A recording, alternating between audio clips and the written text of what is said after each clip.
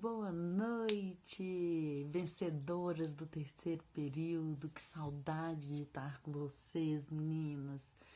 É com grande alegria que eu chamo vocês, nomeio vocês como vencedoras, que em meio todo esse caos que estamos passando no Brasil, com essa pandemia que não era nada esperada, vocês estão aqui conosco, presente, e pensando no futuro de vocês dessa forma, conosco aqui estudando. Então, eu parabenizo desde já e afirmo que toda a colheita do que vocês estão plantando hoje vai ser uma colheita farta. Vocês vão ter sucesso, obter sucesso, e vai ser maravilhoso. Vou me orgulhar demais de ver vocês conquistando, vencendo mais essa batalha. E eu estarei aqui sempre com vocês, tá bom? Então, vamos lá para o que interessa. Hoje eu vim falar um pouquinho com vocês, a gente já vem falando, do PNI, que é o Programa Nacional de Imunização. E hoje eu quero falar com vocês um pouquinho sobre a rede de frios, que é nada mais, nada menos que o armazenamento das vacinas nesse Programa Nacional de Imunização, o PNI. Eu vou estar disponibilizando os slides para você no final dessas aulas. Essa aulinha minha vão ser divididas em 2 módulos, tá? Para vocês estarem estudando e conseguindo acompanhar, assimilar todo o conteúdo, tá certo? Então, há muito tempo atrás, em 1982, o PNI criou a Central Nacional de Armazenamento e Distribuição de Imunobiológicos. Qual que é a definição? São denominadas de câmaras frigoríficas ou frias, são ambientes projetados para armazenar grande quantidade de produtos que necessitam de baixas temperaturas. Então, são as câmaras de refrigeração que vão armazenar essas vacinas para poder assim serem distribuídas, tá certo? Qual é o objetivo da rede de frios? É manter as condições adequadas. Todos nós sabemos que ela tem que estar numa temperatura padrão, entre 2 e 8 graus de refrigeração dos imunobiológicos em toda a rede, Então, a gente tem que fazer com que toda a rede mantenha a mesma temperatura.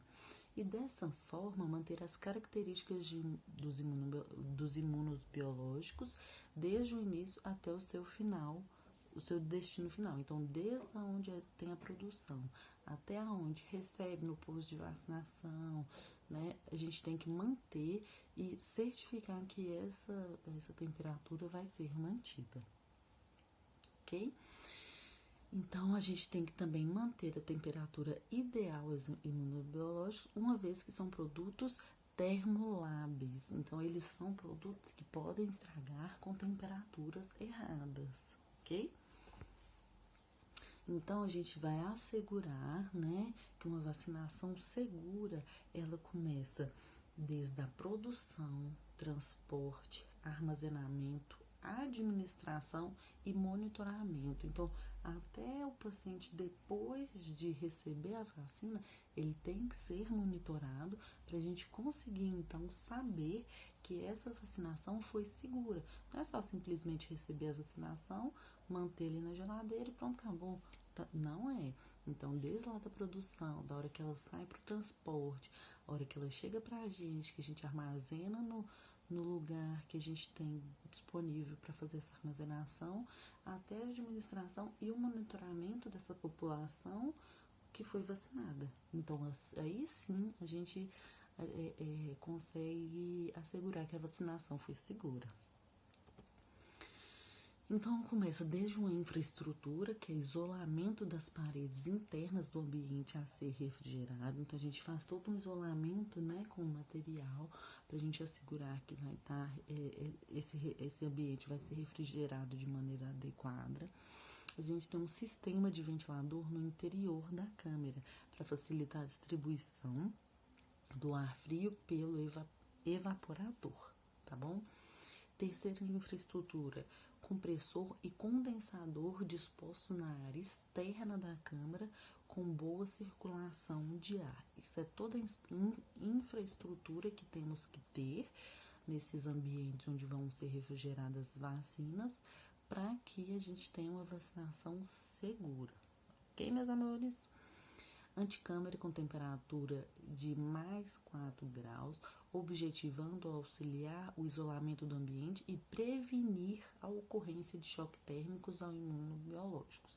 Então, dessa forma, antes da gente entrar na câmara fria, a gente tem uma anticâmara, que é um espacinho, que a gente vai assegurar que a gente abre uma porta, entra e não vai dar choque térmico lá com as vacinas que já estão armazenadas. Então, a gente entra numa porta, espera como se fosse uma antessala ali, a gente entrar na temperatura adequada para adentrar pra gente adentrar no refrigerador, para não ter problema nenhum com as vacinas.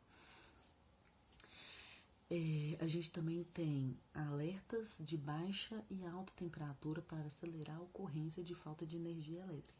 Então, todo refrigerador que a gente tem no posto de saúde, no hospital, em qualquer lugar onde tem conservação de vacina, ele tem sinal de baixa temperatura e alta temperatura, para a gente não perder o foco e não ter que ficar o tempo todo ali vigiando a geladeira. De quando ela estiver fora da temperatura adequada, ela vai apitar, né? Então, dessa forma, facilita o controle e monitoramento da vacina que está sendo refrigerada.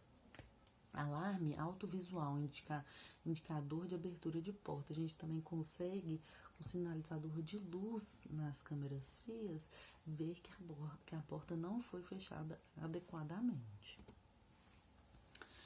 Sistema de alarme com refrigerador de temperatura, registrador de umidade. Então, a gente tem um monitorzinho digital onde fala toda a temperatura, umidade, como que tá, se tá na temperatura adequada, na temperatura e umidade adequada, tá bom? Alarme de temperatura, com discador eletrônico para câmeras, geladeiras e freezer. Então, dessa forma, a gente consegue disparar no telefone de um responsável que está em casa, que ali no final de semana teve uma queda de energia e que a temperatura foi alterada. Então, apita lá no telefone da pessoa, tá? Que cadastrou o telefone lá. Então, vou deixar para vocês uma fotinha de como é esse refrigerador, geralmente, tá? De vacinas, para vocês estarem entendendo nos slides. E vou estar à disposição de vocês para tirar qualquer dúvida dessa nossa primeira aula, tá certo? Então, a gente tem cuidados básicos com a rede de frios, que é testar os alarmes antes de sair ao final da jornada de trabalho. Então, uma das rotinas, né, que a gente tem dentro desses âmbitos de rede de frios é testar os alarmes antes da gente ir embora para certificar que se vem acontecer alguma coisa, a gente vai conseguir reverter essa situação e chegar a tempo de salvar as vacinas.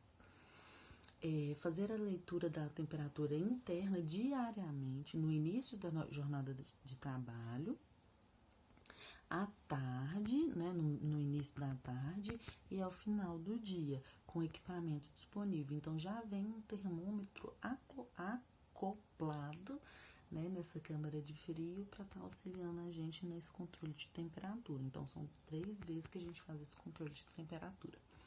Equipamento de proteção individual para trabalhar dentro da câmara. Calça, casaco com capuz, botas e luvas. Então, a gente tem que ter tudo isso para a gente assegurar que não vai ter nenhum choque térmico. A nossa temperatura corporal atrapalhar nesse procedimento com a rede de frios, com as vacinas que estão ali presentes. Certificar-se uma vez ao mês de que a vedação de portas de câmara está adequada para o funcionamento e registrar no formulário próprio que está tudo ok, que a gente fez toda essa averiguação. Usar luz fria.